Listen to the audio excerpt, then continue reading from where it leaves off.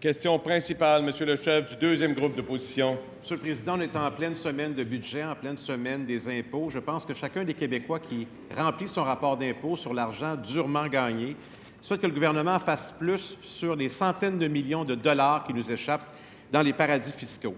À titre de force de proposition, le Parti québécois souhaite soumettre 3 mesures au premier ministre. Il peut compter sur notre pleine adhésion s'il souhaite les mettre en place.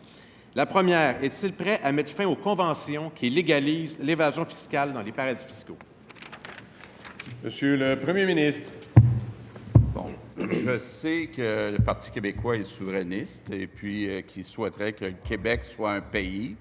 Le chef de la deuxième ou troisième, là, dépendamment des jours, sait très bien aussi qu'il doit y avoir des ententes avec le gouvernement fédéral pour les conventions qui sont signées avec d'autres pays. Le ministre des Finances est très sensible à l'évasion fiscale. Il y a des gestes qu'on va poser, entre autres, pour collecter la taxe de vente pour ceux qui vendent des produits aux Québécois, mais qui viennent de l'extérieur du Québec. Donc, à l'intérieur des possibilités qu'on a, le gouvernement du Québec, on va continuer de faire des efforts pour lutter contre l'évasion fiscale. Puis on va continuer d'en discuter avec le gouvernement fédéral. Il y a une ouverture de ce côté-là, donc on va continuer d'y travailler. Première complémentaire, Monsieur le chef du deuxième groupe d'opposition. Monsieur le Président, on veut plus qu'il soit sensible ou ouvert. On veut qu'il agisse. Et je n'ai pas entendu ça de façon claire de la part du premier ministre. Deuxième proposition, les grandes multinationales utilisent parfois des manœuvres comptables pour déplacer des profits à l'étranger afin d'éviter de payer de l'impôt au Québec. Est-ce que le premier ministre accepte d'instaurer une taxe sur les profits détournés pour récupérer ces millions qui nous échappent? Monsieur le premier ministre. Oui.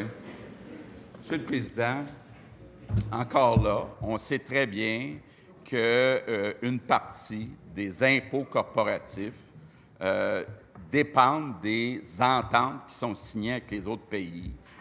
Ces ententes-là sont discutées, négociées, signées par le gouvernement fédéral.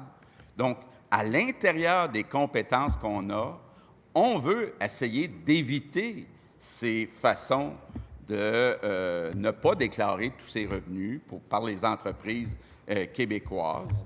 Le ministre des Finances est en place depuis quelques mois. C'est un domaine dans lequel il veut travailler.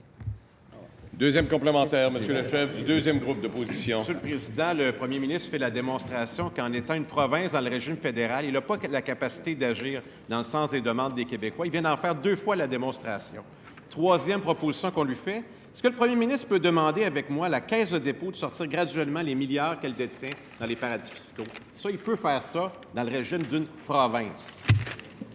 Monsieur le ministre des Finances. Au niveau de l'évasion fiscale, il faut travailler à l'international et il y a un plan qui est en place au gouvernement du Québec, qui a été amorcé par le gouvernement précédent. Le gouvernement pose des gestes, Monsieur le Président, et nous en ajoutons. Et bien sûr, ce qu'on veut, c'est que l'assiette fiscale soit le plus élargie possible pour moins taxer les citoyens. Puis ça, c'est important.